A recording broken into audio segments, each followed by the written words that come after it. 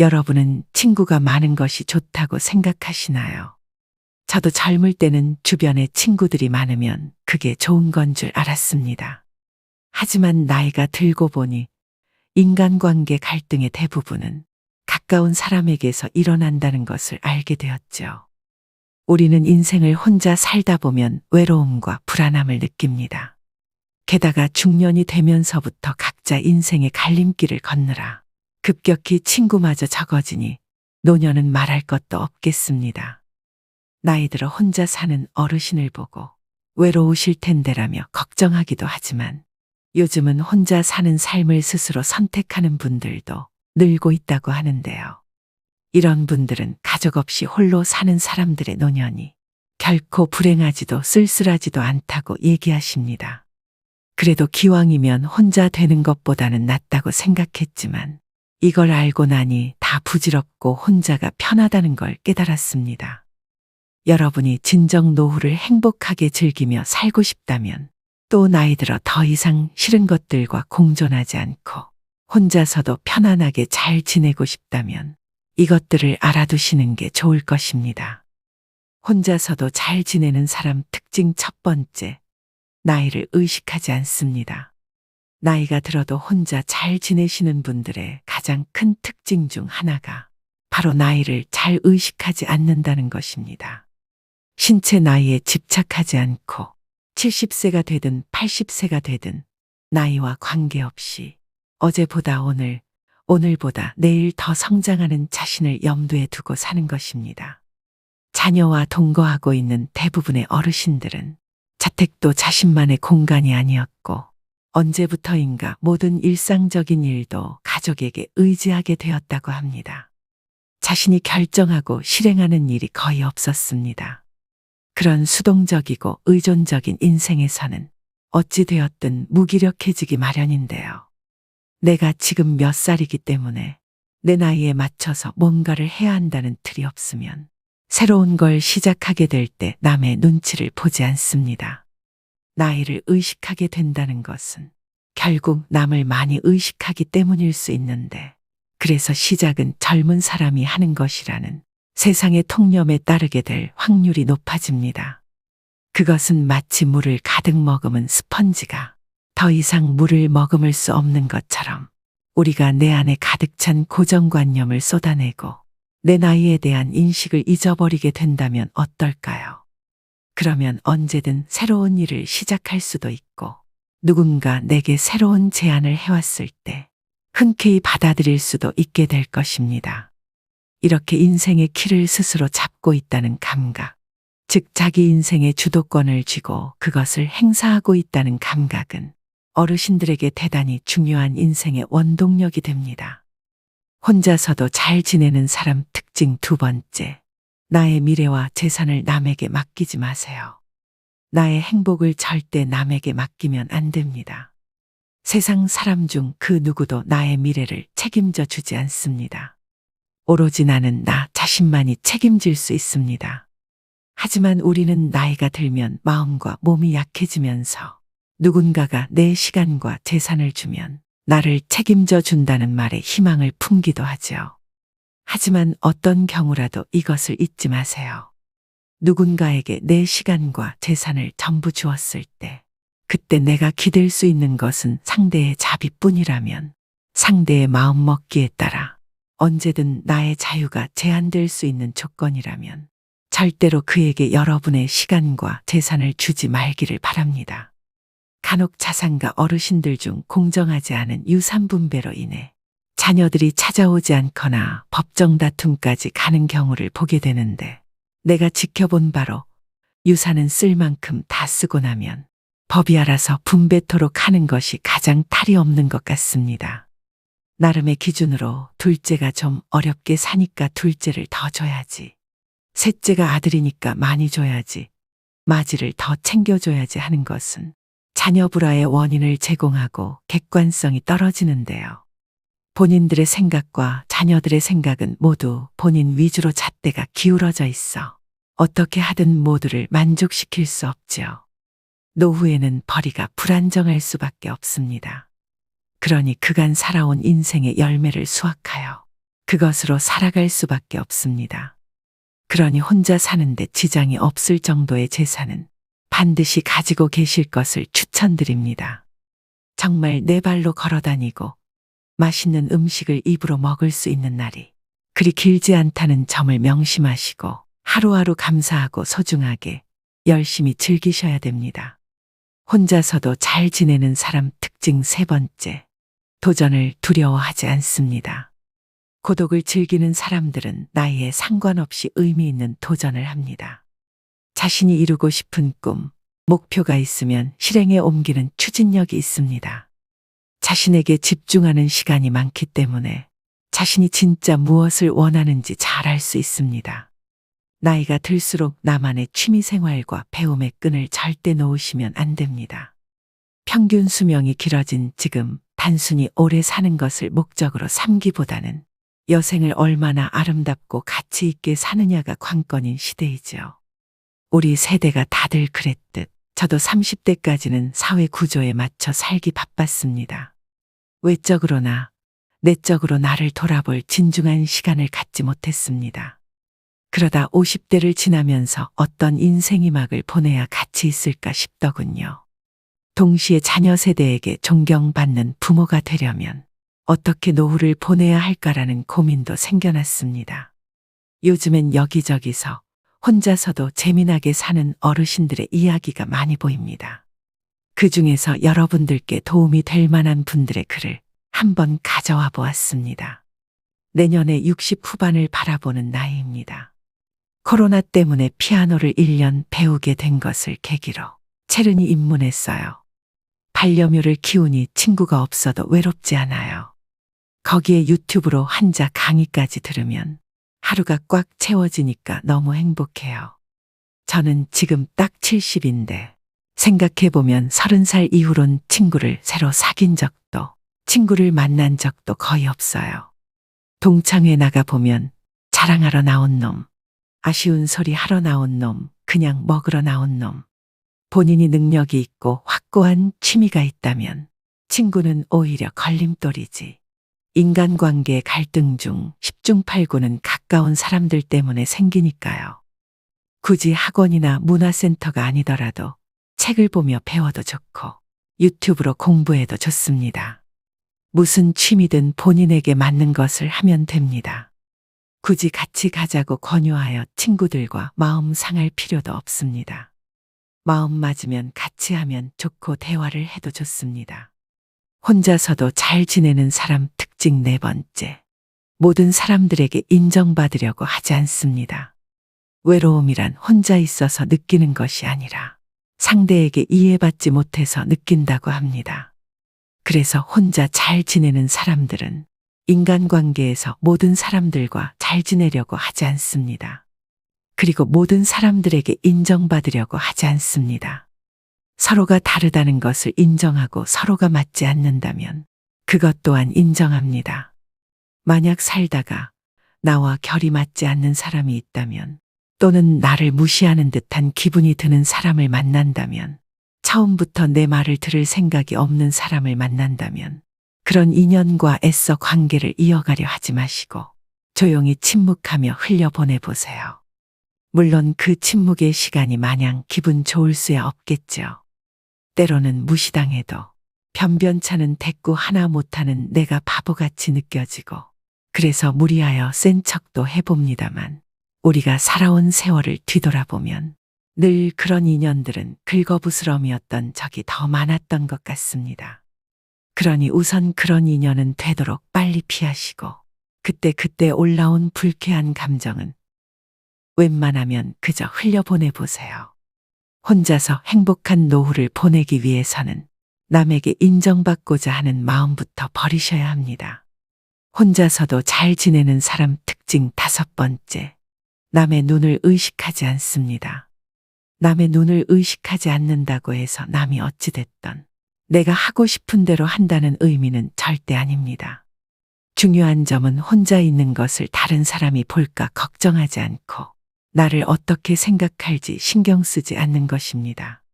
철학자 사르트르는 인간은 타인의 눈길에서 지옥을 경험한다고 말했습니다.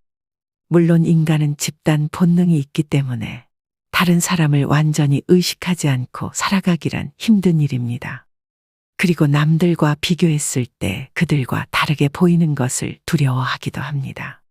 하지만 보람 있는 인생 후반전을 살아가려면 남의 눈을 의식하지 않고 자기 만족과 보람을 추구하며 살아가는 것을 연습해야 합니다.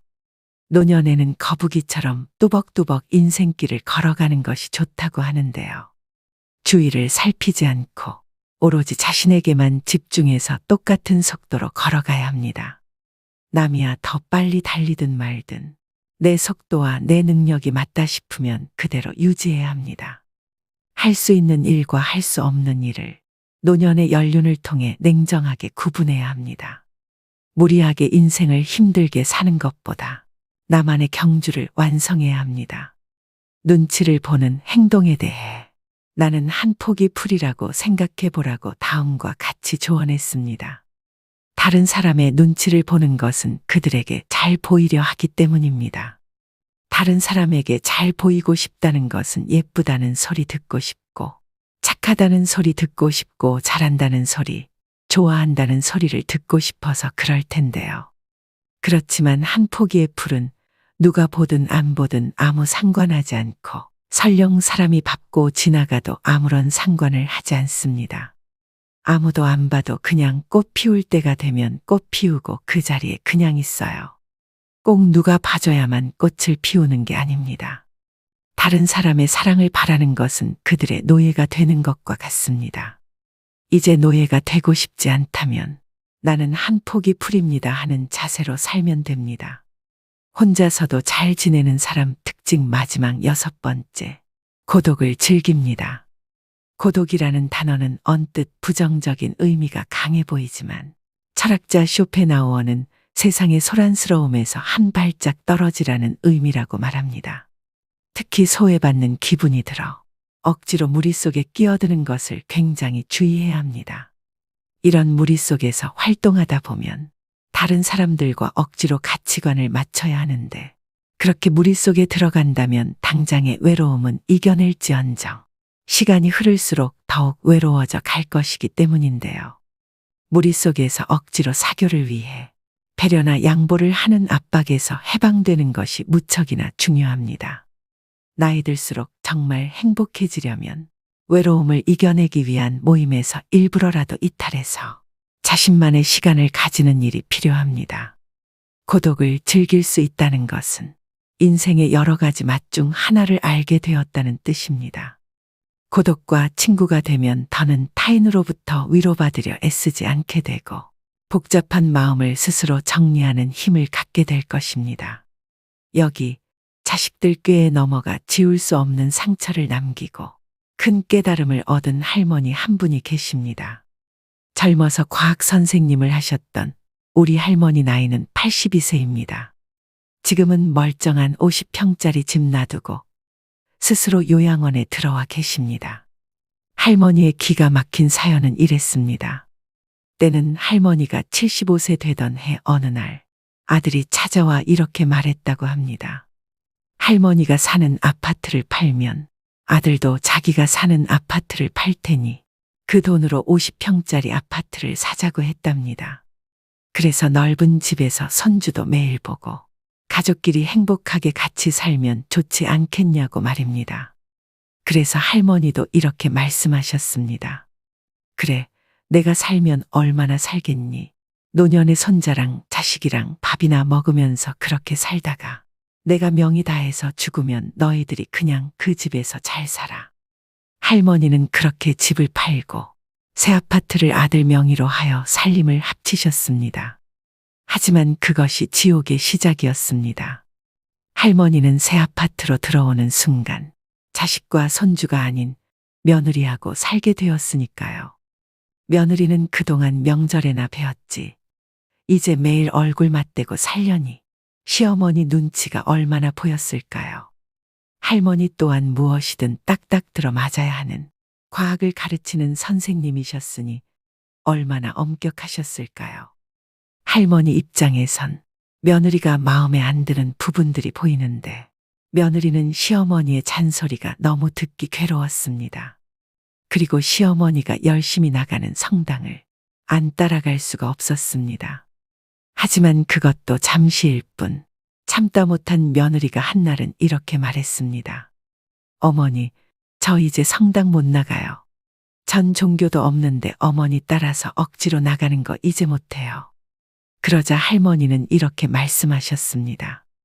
아니, 성당이 가고 싶으면 가고 가기 싫다고 안 가는 데니 내가 이상한 데 데리고 가는 것도 아니고 좋은 말씀 듣고 행복하라는데 그게 그렇게 싫으니. 그렇게 할머니와 며느리 고부간의 갈등은 날이 갈수록 심해졌습니다. 급기야 며느리는 여보, 나 어머니랑 밥 먹으면 체하니까 따로 먹을게. 그러고는 자기 밥상을 따로 챙겨서 방으로 들어가 버리기 이르렀습니다. 그런데 문제는 지금부터 시작이었습니다. 잠깐 같이 살다가 세상을 뜰 거라던 할머니는 세상이 좋아지고 의료기술이 발달하다 보니 80세가 넘으셔도 정정하셨습니다. 그것도 전 재산 아들에게 다 주고 빈털터리로 말입니다. 한날은 할머니가 성당에 가서 신부님에게 머리를 내밀고는 만져보라고 하였습니다. 신부님이 할머니의 머리를 만져보자 놀랍게도 머리에 혹이 2개나 생겼다고 합니다. 30대 며느리는 시집살이를 울면서 참겠지만 60된 며느리는 참지 않았습니다. 그러니까 나중에는 아예 치고받으며 싸우는 지경까지 간 것이죠. 그렇게 나이 60 먹은 며느리가 80세 시어머니랑 싸우니 당연히 60 먹은 며느리가 이길 수밖에 없었습니다. 그래서 할머니는 뭐가 어떻게 다치셨는지 혹이 2개가 나서 성당에 나타나신 것입니다. 그래서 신부님은 이렇게 말씀하셨습니다. 할머니 그러지 마시고 저하고 같이 아드님한테 소송을 겁시다. 지금 아파트가 8억이니까 할머니 25평에 아드님 쪽 25평에서 할머니 목 4억 찾으셔요. 그리고 제가 운영하는 어르신 쉼터마을에 오셔요. 그래서 할머니는 신부님과 고소장을 썼습니다. 전직 학교 선생님이라 얼마나 고소장을 잘 쓰셨는지 변호사 선임까지 해서 빠르게 재판 날짜까지 잡게 되었습니다. 하지만 재판 날짜가 지났는데 할머니가 성당에 나타나질 않으셨습니다. 그러다 2달 뒤 할머니가 성당에 오셨습니다. 신부님이 다가가 할머니에게 물었습니다. 할머니 대체 어떻게 된 거예요? 왜 그동안 두문불출하셨어요? 그러자 할머니는 힘없이 이렇게 이야기하셨습니다. 아들이 무릎 꿇고 그럽디다. 자기가 잘하겠다고 취하만 해주면 자기가 잘 모시겠다고요. 다 큰 자식이 무릎까지 꿇고 잘하겠다는데 제가 더 이상 어떻게 우겨요. 그렇게 할머니는 아들에게 못 이겨 재판을 취하하셨습니다. 그리고 할머니는 다시 성당을 한동안 나오지 않았다고 합니다. 그리고 3달 후 새벽 할머니가 신부님에게 전화를 걸어왔습니다. 할머니는 허탈한 목소리로 말씀하시길 재판을 취하해 주었지만 여전히 며느리와는 사이가 나빴으며 아들은 아무것도 해주지 않았다고 합니다. 하지만 이미 일은 벌어졌고 우리나라 법률상 같은 사유로 재소송하는 것은 불가했습니다. 결국 견디다 못한 할머니는 멀쩡한 50평짜리 아파트를 두고 지방에 있는 요양원에 들어가게 된 것입니다. 보통 어르신들이 70대가 넘어가면 이때를 인생의 황혼기라 여기십니다. 호수의 높은 가을 하늘과 붉은 단풍이 가득 차면 가을에 잘 익은 과일이 떨어지는 것처럼 어르신들은 이제 낡고 정든 신마저 벗고 세상을 떠날 채비를 할 시간이라고 여기십니다. 하지만 이제는 그런 생각을 바꾸셔야 할 것 같습니다.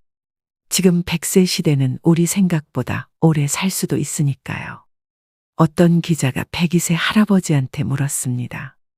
살아오시면서 제일 후회스러우신 게 뭐예요? 그러자 할아버지는 내가 70살에 그랬지. 내가 살면 얼마나 사나. 내일 모레면 죽겠지. 그래서 자식들이 어디 여행이라도 같이 가자 하면 내가 삶을 얼마를 살았는데 무슨 여행을 가느냐. 너네들이나 갔다 와라. 난 여기 있을 테니까 했지. 근데 나이가 80이 돼도 안 죽었어. 그래서 이젠 80이니까 진짜 내일 모레면 죽을 거다 했지. 그래서 자식들이 갈비 먹으러 가자 그래도 안 갔어. 난 내일 죽을 건데 무슨 갈비를 먹냐. 그런데 90이 됐는데도 안 죽었어. 그리고 100살이 돼도 안 죽는 거야. 그렇게 자그마치 30년 동안 내일 모레면 죽을 거다 그러고 뒷방에 앉아 있었던 게야. 여기서 30년은 결코 적지 않은 시간입니다. 102세 할아버지는 안타깝게도 그 30년 동안을 죽을 날만 기다리며 허비를 하신 것입니다. 젊은 사람들이 바쁘게 살아가는 시대에 자녀들을 자신의 곁에 두는 것은 어쩌면 부모님에게 다소 욕심일지도 모릅니다. 물론 자식들이 효도를 하고 싶지 않은 것도 아닐 것입니다. 왜냐하면 사회 속의 자녀들이 부모님들을 돌볼 시간이 거의 없다는 것을 미루어 볼 때 모두 마음은 있으나 힘이 닿지 않아 행할 수 없다고 봐야 하는 것 아닐는지요. 그렇다면 우리는 어쩌면 부모에게 효도하는 마지막 세대이자 자녀에게 버림받는 첫 세대일 수밖에 없는 우리는 스스로 자립할 수 있는 노년으로 만드셔야 됩니다. 오늘의 영상 어떠셨나요?